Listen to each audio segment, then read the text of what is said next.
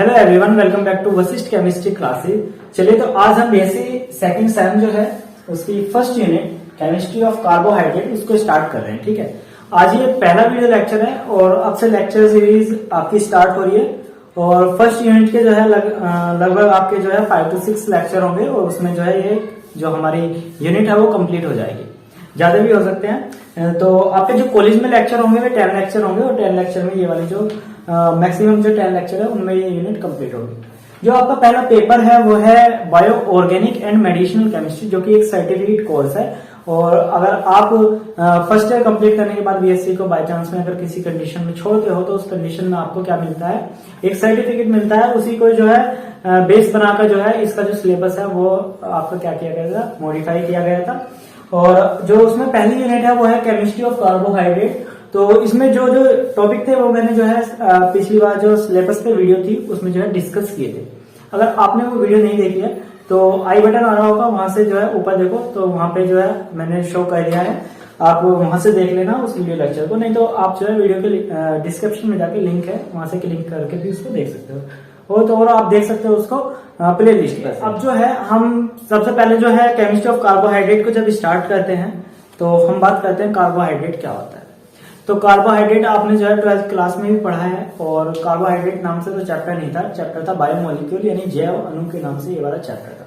जो स्टूडेंट हिंदी में है, हिंदी मीडियम से है, उनके लिए भी ये वाली वीडियो काफी बेनिफिशियल रहेगी, क्योंकि मैं जो हूँ हिंदी में भी एक्सप्लेन करता हूँ और ये मटेरियल जो रहेगा वो तो प्रॉपरली इंग्लिश में ही रहेगा। ठीक है, हिंदी में बता देता चलूंगा तो वो जो है आप उसको लिख लेना हिंदी में भी। ठीक है, जब मैं वीडियो लेक्चर स्टार्ट करूं तो आप जो है कॉपी पेंसिल लेकर रखें और जो मटेरियल है उसको हाथों हाथ जो है आप उसको उतार के दें। ठीक है, नोट्स जो है वो प्रॉपर यहीं पे ही है, कोई भी पीडीएफ के फॉर्म में आपको नोट्स नहीं प्रोवाइड किए जाएंगे। ठीक है, आपको जो ये वाला मटेरियल है वही जो है अपने उस पर लिखना है, कॉपी पे फेयर बनाना है और उस पर लिखना है। ठीक है, अब ये जो है प्रॉपर मटेरियल है, ऐसा नहीं है कि मैं आपको जो है हाफ मटेरियल करा रहा हूँ, पूरा कंप्लीट सिलेबस जब मैं यूनिट कराता हूँ तो उसमें कोई भी ऐसा टॉपिक नहीं होता जो कि छूट जाता है या फिर कुछ भी ऐसा मटेरियल नहीं होता जो कि जिसकी क्वालिटी लो होती है। तो मैं जो है आपको हाई क्वालिटी का जो मटेरियल है वो प्रोवाइड करा रहा हूँ।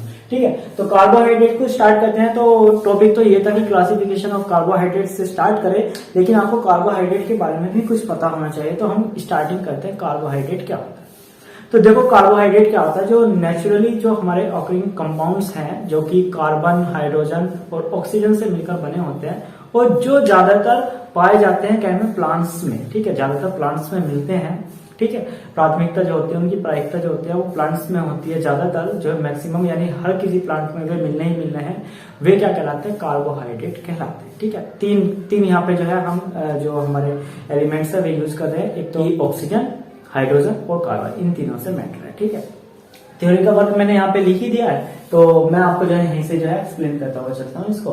तो हमने सबसे पहले लिखा कि carbohydrate are part of natural occurring compounds of carbon, hydrogen and oxygen. ठीक है, जो कार्बोहाइड्रेट है वे क्या है, पार्ट है, एक नेचुरल ऑकरिंग कंपाउंड जो नेचर से हमें प्राप्त होते हैं उसके क्या है, एक पार्ट है और जो कहीं के होते हैं कार्बन और हाइड्रोजन और ऑक्सीजन से मिलकर बने होते हैं। ठीक है, which are primary produce by plant, जो कि कहीं में प्रोड्यूस होते हैं, उत्पन्न होते हैं, प्राइमरी वो होते हैं कहीं में प्लांट्स में।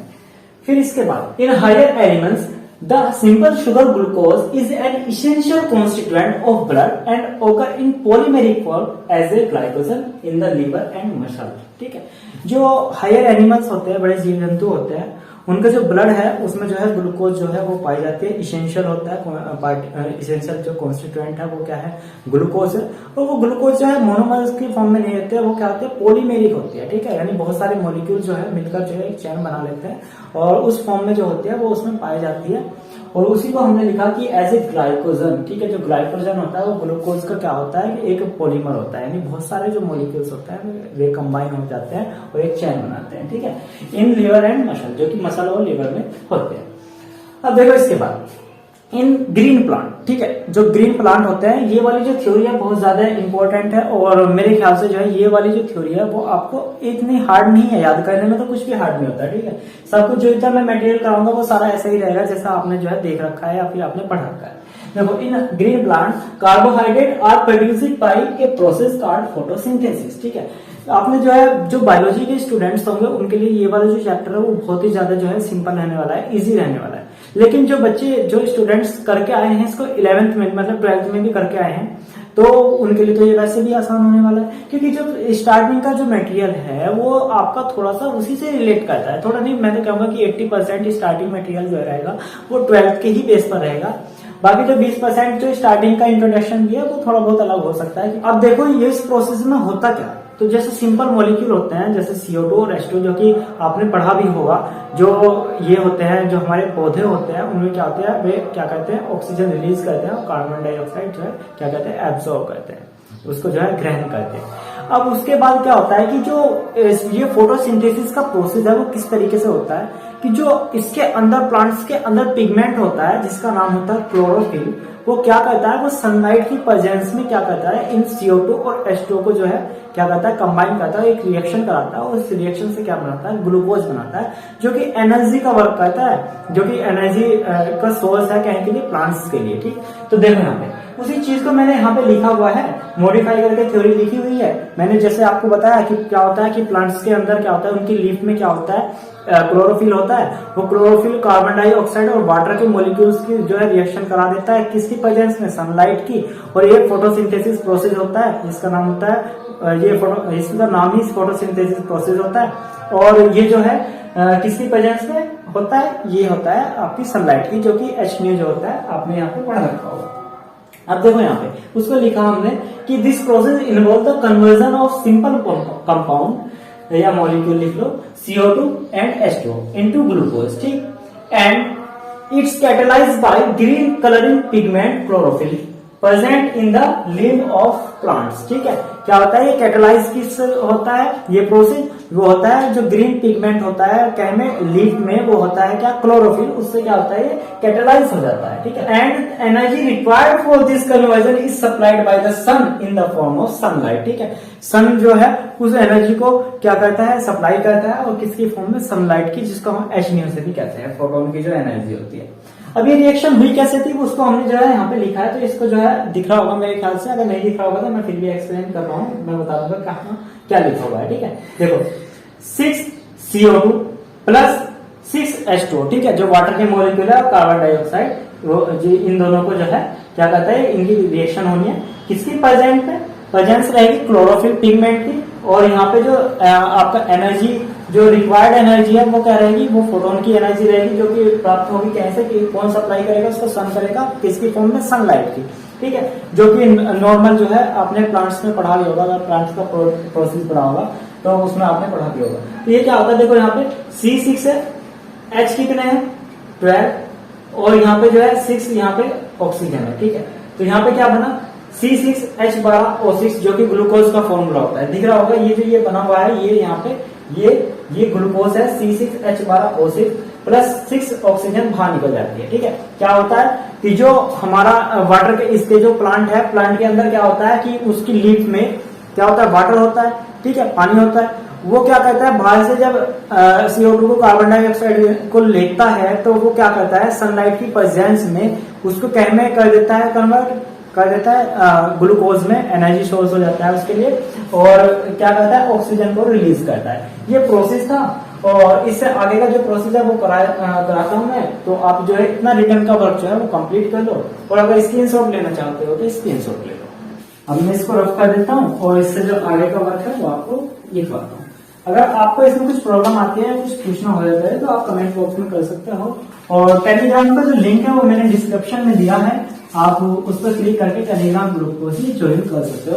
यहाँ पे आपको नेक्स्ट वीडियो लेक्चर किस टॉपिक पे होगा और कब जो वीडियो लेक्चर आएगा उसकी जो बारे में इंफॉर्मेशन है वो आपको वहां पे मिल जाएगी। चलिए अब जो है कार्बोहाइड्रेट को कार्बोहाइड्रेट ही क्यों कहा गया इसके बारे में मैं आपको बताता हूँ, और फिर रिटर्न का वर्क जो है बाद में कंप्लीट कराएंगे, उसको लिख लेना।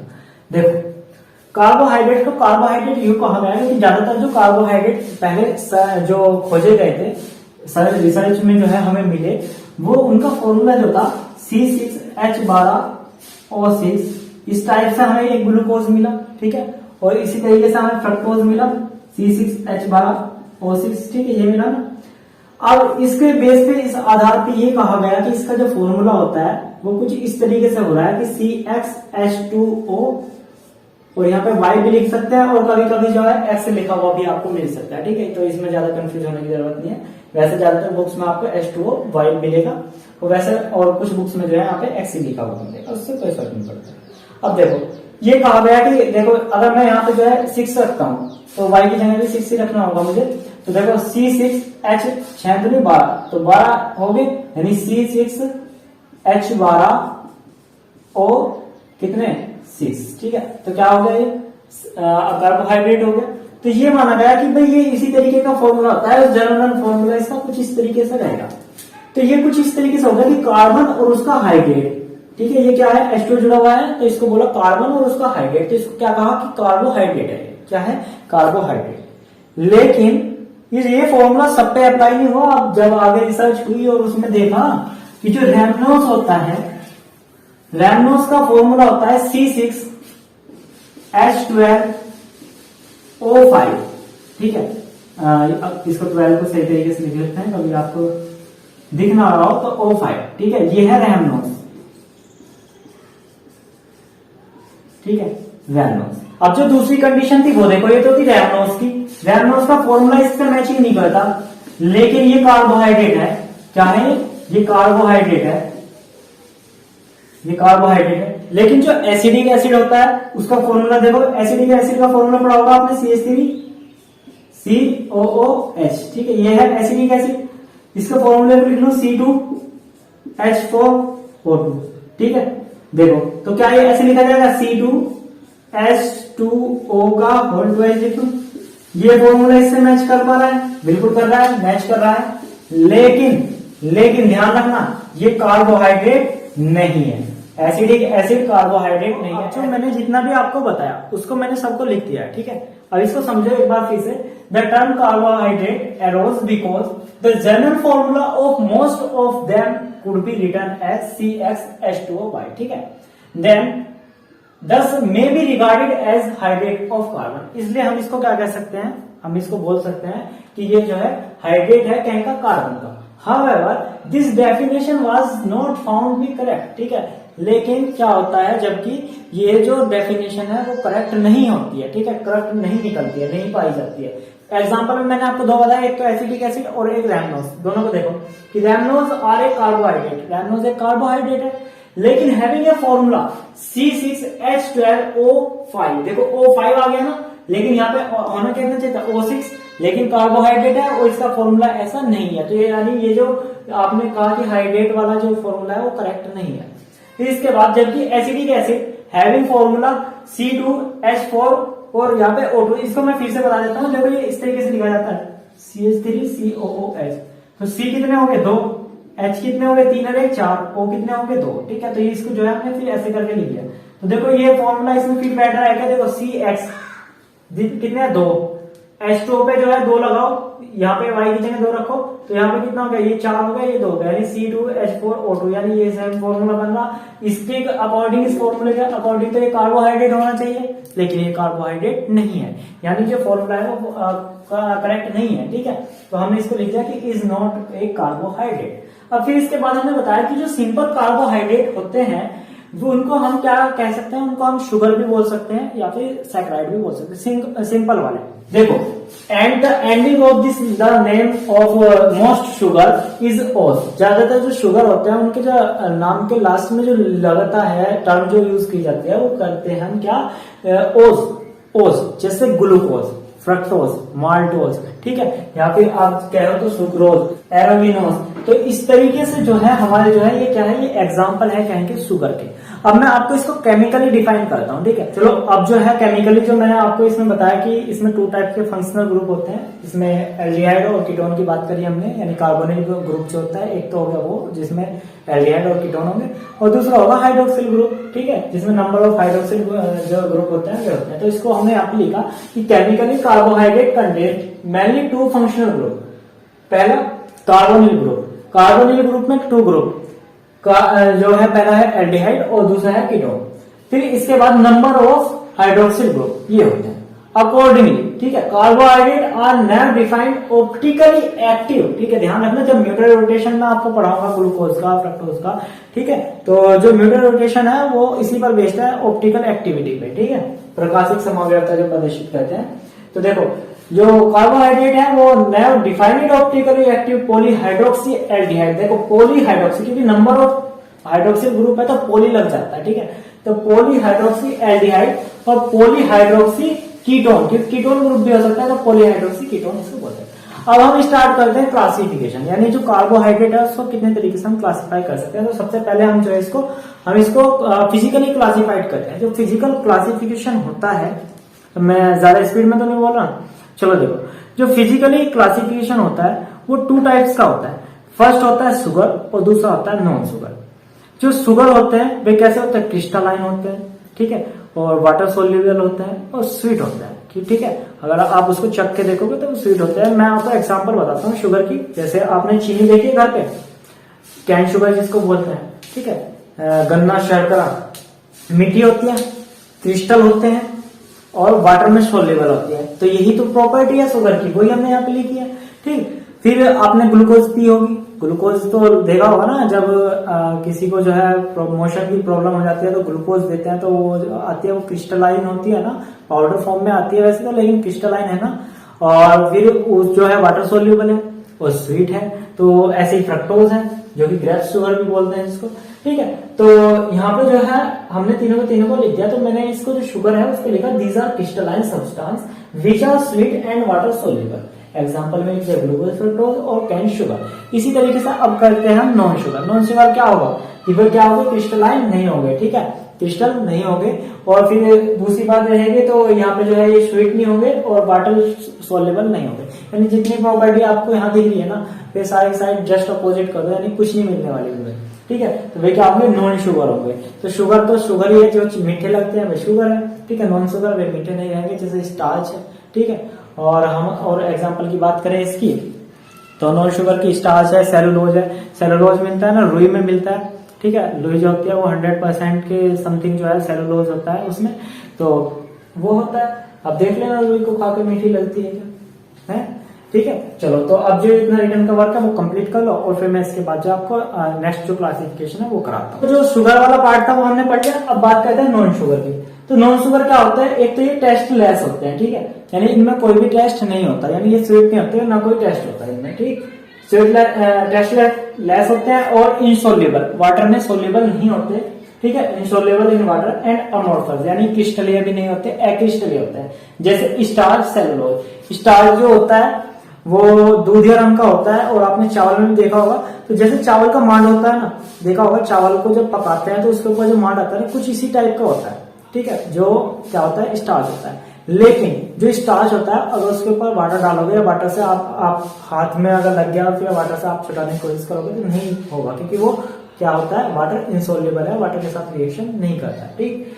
चलिए अब जो है हम इसका जो है केमिकल प्रॉपर्टीज के बेस पे क्या करते हैं, क्लासिफिकेशन करते हैं। सबसे पहला जो क्लासिफिकेशन होता है उसमें आता है monosaccharide, the simplest form of carbohydrate that can not be hydrolysed into simpler carbohydrate और कॉल्ड मोनोसैकेराइड, ठीक है। ऐसी सिंपलेस्ट, सबसे सिंपलेस्ट फॉर्म जिसको आप वाटर के साथ घोलोगे तो रिएक्शन करके ऐसा नहीं है कि 2 पार्ट में टूट जाएगी, तो वो सिंपलेस्ट फॉर्म क्या कहलाती है, मोनोसैकेराइड कहलाते हैं, जैसे ग्लूकोज और फ्रक्टोज। अब ग्लूकोज में क्योंकि एल्डिहाइड ग्रुप होता है, इसकी जो आपकी ओपन स्ट्रक्चर होती है, ठीक है, तो इसलिए इसको क्या कहते हैं, एल्डोज बोलते हैं, ठीक है। एल्डोहेक्सोज भी कहीं भी मिलेगा आपको। और इसको इसमें कीटोनिक ग्रुप होता है फ्रक्टोज में, ध्यान रखना ये क्वेश्चन बनता है, तो वो क्या होता है, कीटोज होता है। ओलिगोसैकेराइड की बात करते हैं। ओलिगोसैकेराइड क्या होता है कि जब हम कार्बोहाइड्रेट को वाटर में डिसॉल्व करते हैं तो उसको बोलते हैं हाइड्रोलिसिस। जब इसको इसका हाइड्रोलाइसिस कराते हैं वाटर का, तो ये 2 में टूट रहा, 2 मोनोमर में टूट रहा, यानी मोनोसैकेराइड में टूट रहा, या फिर 3 मोनोसैकेराइड में टूट रहा है, 4 में टूट रहा, तो उसको जो है अलग अलग डिफाइन करेंगे। तो मतलब कि डिफाइनाइट नंबर, यानी हमें पता है वे नंबर कितने हैं, कि कितने उसमें टूट रहा है। 4 तक की जो है हम कर सकते हैं, वैसे तो 10 तक की कर सकते हैं, लेकिन 4 तक के हम जो है ओलिगोसैकेराइड में पढ़ते हैं, ठीक है। तो हमने यहाँ पे लिखा कि carbohydrate which can be hydrolysed into a definite number of monosaccharide are called oligosaccharide. They may be called di, tri और टेट्रासैकेराइड। यानी इसमें अगर 2 बार आप देखो, इसके बाद अगर क्या हुआ कि कोई कार्बोहाइड्रेट है, ठीक है, उसको हमने वाटर में हाइड्रोलाइज किया और उसने 2 मोनोसैकेराइड बनाए, 2 कोई से भी 2, ठीक है, तो वो क्या कहलाएगा, वो कहलाएगा डाइसैकेराइड, ठीक है। अगर 3 में टूटा वाटर के साथ रिएक्शन करके तो ट्राइसैकेराइड, 4 में टूटा तो टेट्रासैकेराइड। अगर 4 से भी ज्यादा टूटा तो फिर उससे आगे वाले को तो हम क्या कहते हैं, उसमें जो है एन लगा देते हैं, और उससे आगे वाले को क्या कहते हैं, उसको कहते हैं पॉलीसैकेराइड। वैसे 10 तलक के जो होते हैं ना, 10 तलक के ओलिगोसैकेराइड के ही अंदर आते हैं, ठीक है।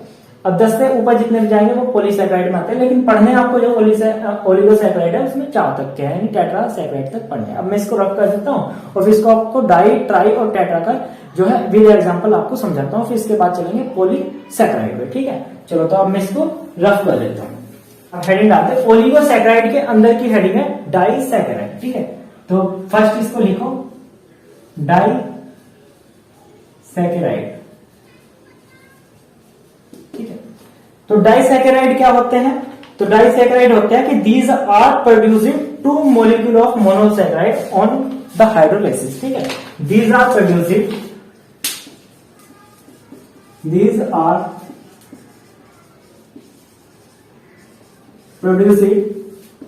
2 monosaccharides on the हाइड्रोलाइसिस। मतलब अगर आप हाइड्रोलाइसिस कराओगे किसी कार्बोहाइड्रेट का या डाइसैकेराइड का, तो वो क्या होगा, 2 मोनोमर में अगर टूट रहा है तो वो डाइसैकेराइड है, कार्बोहाइड्रेट है, डाइसैकेराइड है, ठीक है। एग्जांपल लेते हैं जैसे सुक्रोज, एग्जांपल की बात करते हैं। तो सबसे पहले जो एग्जांपल लेते हैं वो सुक्रोज का होता है, C12H22O11। जब इसका हाइड्रोलाइसिस कराते हैं तो ये क्या होता है, इसको लिख दो यहाँ पे, ये क्या है, सुक्रोज है, ठीक है। फर्स्ट एग्जांपल है इसका, ठीक है। लिखना चाहो फर्स्ट एग्जांपल, मत लिखो, नहीं तो ऐसे करो, ऐसे भी ना करो, डबल वाला इस तरीके से लगाओ, ठीक। देखो अब यहाँ पे तो हाइड्रोलाइसिस करोगे तो ये C6H12O6 में टूट जाएगा, प्लस C6H12 और O6 में यहां पे टूट जाएगा।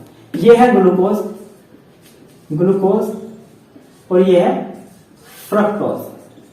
ध्यान रखना दोनों में अंतर क्या है, तो इसमें एल्डिहाइड ग्रुप होता है CH ग्रुप, और इसमें कीटोनिक ग्रुप होता है डबल बॉन्ड O, ठीक है, C डबल बॉन्ड, इस तरीके का। इस चीज को जो है बहुत ज्यादा अच्छे से ध्यान रखना। फिर दूसरा एग्जांपल लेते हैं, तो वो होता है फॉर्मूला C12H22 और O11। उसका H2 से हाइड्रोलाइसिस करा रहे हैं, वाटर में हाइड्रोलाइसिस करा रहे हैं, इसको बोलते हैं लैक्टोज, ठीक है भाई, ये है लैक्टोज। अब आपको सबको फॉर्मूला सेम लिख रहे हैं भाई, मॉलिक्यूलर स्ट्रक्चर में चेंजेस होते हैं इनके, ठीक है, अरेंजमेंट में उनमें चेंजेस होते हैं जब ओपन स्ट्रक्चर बनाते हैं, ठीक है। तो लैक्टोज है तो उसको जब तोड़ते हैं तो वो C6H12O6 प्लस C6H12O6 में टूट जाता है, ठीक है। ये जो होता है वो होता है ग्लूकोज और ये होता है गैलेक्टोज, ठीक है। ये इनके जो है डिफरेंस है, ठीक है। सेकंड एग्जांपल है आपके पास। अगर जितनी थ्योरी मैं करा रहा हूं ना, अगर उतनी थ्योरी आपने कर ली प्रॉपर, जितनी मैं कराता हुआ चल रहा हूं, तो आपके एक तो परफेक्ट नोट्स बनेंगे, एक ऐसे नोट्स बनेंगे कि जिससे बाहर कुछ नहीं आने वाला, और प्लस आपको अच्छे से याद हो जाएंगे, ठीक है। कोई थ्योरी हार्ड नहीं है। अब फिर इसके बाद हम करते हैं, इसमें डाइसैकेराइड हो गया, अब पढ़ते हैं ट्राइसैकेराइड, ठीक है। तो मैं चेंजेस यहीं पे कर दूं, ठीक है। अब चलो वही वर्क करते हैं कि हम एग्जाम्पल को रफ कर देते हैं, इसको उतार लेना, ठीक है। एग्जाम्पल रफ कर देता हूं मैं, और इसको यहां पे लिख देते हैं भाई। देखो इसको डाई से कर लो ट्राई, सेकंड वाला एग्जांपल बना लेते हैं इसको। देखो इसको थोड़ा ले लेते हैं इधर की साइड की, भाई ये है हमारा सेकंड वाला एग्जांपल। डाई की जगह ले लो ट्राइसैकेराइड। दीज आर प्रोड्यूस्ड 3, ध्यान रखना 3 मोनोसैकेराइड, ठीक है। मोनो मानी मोनोसैकेराइड, पॉलीमर का याद आ रहा है मोनोमर, लेकिन मोनोसैकेराइड है, ठीक है। एग्जांपल देखें तो जो रैफिनोज होता है, ठीक है, रैमनोज नहीं, रैमनोज तो मैंने आपको पीछे उसमें बताया था, रैमनोज नहीं है, रैफिनोज है, ठीक है। रैफिनेज का फॉर्मूला होता है C18H32O16, ठीक है, प्लस H2O। ध्यान रखना इसमें जो वाटर यूज करे जाएंगे वो 2 मॉलिक्यूल यूज किए जाएंगे, प्लस वो सॉरी इसकी जो रिएक्शन होगी उसमें आपके तीनों बनेंगे, ग्लूकोज, फ्रक्टोज और गैलेक्टोज, यानी C6H12O6 plus C6H12O6 plus C6H12O6। ये है ग्लूकोज, ये है फ्रक्टोज, ये है गैलेक्टोज, ठीक है। 3 मोनोसैकेराइड में टूट गया ना, इसको हाइड्रोलाइसिस कराने पे, ठीक है, ऊपर लिख लो हाइड्रोलाइसिस, नहीं तो H2O से हो रहा है तो हमें पता ही है कि ये हाइड्रोलाइसिस है। ये है रेफिनोज, ठीक है, ये एग्जांपल को उतार लो। जब तीसरी वो बनाएंगे हेडिंग तो वो होगा टेट्रा सैकेराइड। यहाँ 3 की जगह कितने बनेंगे, यहाँ बनेंगे 4, ठीक है, कितने बनेंगे 4 मोनोसैकेराइड बनेंगे यहाँ पे, ठीक है। एग्जांपल की बात करें तो इसका फॉर्मूला क्या होता है मैं आपको बताता हूं कि इसका फॉर्मूला होता है C24 H42 और वो जो होता है वो 21 होता है। वैसे तो जो है इतना ज्यादा लिखने की जरूरत नहीं होती, रिएक्शन करने की जरूरत नहीं होती, लेकिन मैं आपको करा रहा हूं, ठीक है। इसको बोलते हैं स्टेचियोस है ये, ठीक। और इसकी जब रिएक्शन कराते हैं तो ये 4 मोनोसैकेराइड में टूट जाता है, तो यहाँ पे लिख देते हैं 4C6H12O6, ठीक है। ये क्या है, मोनोसैकेराइड। लिखो मत कि कौन कौन से, अलग अलग लिखोगे 4 तो छोड़ो, इसको लिख दो यहाँ पे क्या, मोनोसैकेराइड। तो ये क्या था, ये हमारा कंप्लीट हो गया ओलिगोसैकेराइड, ठीक है। तो यहाँ तक जो है ओलिगोसैकेराइड का वर्क कंप्लीट हो गया हमारा। ये तो अब जो है लास्ट हमारी जो हेडिंग है वो है पॉलीसैकेराइड, और फिर जो है यहाँ पे क्लासिफिकेशन जो है वो कंप्लीट हो जाएगा, ठीक है। तो पॉलीसैकेराइड जो होते हैं वो कॉम्प्लेक्स होते हैं, और उसमें जो होता है वो बहुत ज्यादा नंबर ऑफ मोनोसैकेराइड होते हैं, यानी बहुत ज्यादा मोनोसैकेराइड होते हैं, और मोर देन हम कहेंगे कि 10 से ज्यादा जो मोनोसैकेराइड जिसमें होंगे वो कार्बोहाइड्रेट क्या कहलाएगा, वो कहलाएगा आपका पॉलीसैकेराइड, ठीक है। तो देखो हमने उसी चीज को हमने यहाँ पे लिख दिया है और उसको डिफाइन इस तरीके से किया कि these are very complex carbohydrate that a large number of monosaccharide, जिसमें बहुत सारे मोनोसैकेराइड होते हैं, लार्ज नंबर ऑफ मोनोसैकेराइड होते हैं, मोर देन 10 मॉलिक्यूल। इस चीज का ध्यान रखना कि more than 10 molecule on hydrolysis. जब हम उसको हाइड्रोलाइसिस कहते हैं तो क्या होता है, या आप ये भी बोल सकते हो कि हाइड्रोलाइसिस करने पर 10 से ज्यादा जो है क्या कर रहा है, वो मोनोसैकेराइड को क्या कर रहा है, प्रोड्यूस कर रहा है। 10 से ज्यादा ही रहेंगे, पता नहीं कितने होंगे, हम n लगा के वर्क करेंगे, ठीक है। अब देखो दीज आर कॉल्ड पॉलीसैकेराइड, जैसे स्टार्च, सेलुलोज और ग्लाइकोजन। अब यहाँ पे एग्जांपल लेते हैं स्टार्च का, C6H10O5, ब्रैकेट के बाहर लगा होता है N, ठीक है। N मॉलिक्यूल होते हैं, इसमें बहुत ज्यादा कॉम्प्लेक्स होता है, ठीक है। इसका हाइड्रोलाइसिस कराता है H2 से, तो यहाँ पे H इसमें जुड़ जाएंगे तो C6H12O6, लेकिन कितने हैं मॉलिक्यूल, N, तो यहाँ पे ये भी हमें N लेने होंगे, ठीक है। तो अब क्या बन जाएगा C6H12O6, ठीक है। और यहाँ पे मॉलिक्यूल कितने, N, कितने मॉलिक्यूल बनेंगे मोनोसैकेराइड के, ठीक है, मोनोसैकेराइड के बन जाएंगे N अणु आपके, ठीक है, N अणु बन जाएंगे, मॉलिक्यूल बन जाएंगे। ये क्या है, स्टार्च है, स्टार्च। और इस तरीके से जो हमारा ये आज का वर्क था क्लासिफिकेशन तक का, वो क्या हुआ, कंप्लीट हो गया। इसके बाद भी अगर आपके पास कुछ प्रॉब्लम्स है, आप कुछ समझना हो, पूछना हो, तो आप कमेंट बॉक्स में जो है उसको लिख सकते हैं। और टेलीग्राम का जो लिंक है वो मैंने डिस्क्रिप्शन में दिया है। वीडियो को लाइक जरूर किया करें, और अपना जो ओपिनियन है, वीडियो कैसी लगी और आपको समझ में आया नहीं आया, उसको कमेंट बॉक्स में जरूर बताया करें। अब इससे बाद में जो है, जो हमारा सिलेबस है उसके अकॉर्डिंग मैं आपको बता देता हूँ नेक्स्ट में क्या पढ़ेंगे हम। हमने ग्लूकोज और फ्रक्टोज की जो जनरल प्रॉपर्टीज है और ओपन चेन स्ट्रक्चर, इसके बारे में डिस्कस करेंगे, और बहुत सारी रिएक्शन, केमिकल प्रॉपर्टीज और वगैरह सब कुछ पढ़ेंगे। तो नेक्स्ट वीडियो लेक्चर बहुत जल्दी आने वाला है, और आप जो है अपनी पढ़ाई को जो है स्टार्ट करें और नोट्स प्रिपेयर करना शुरू करें, ठीक।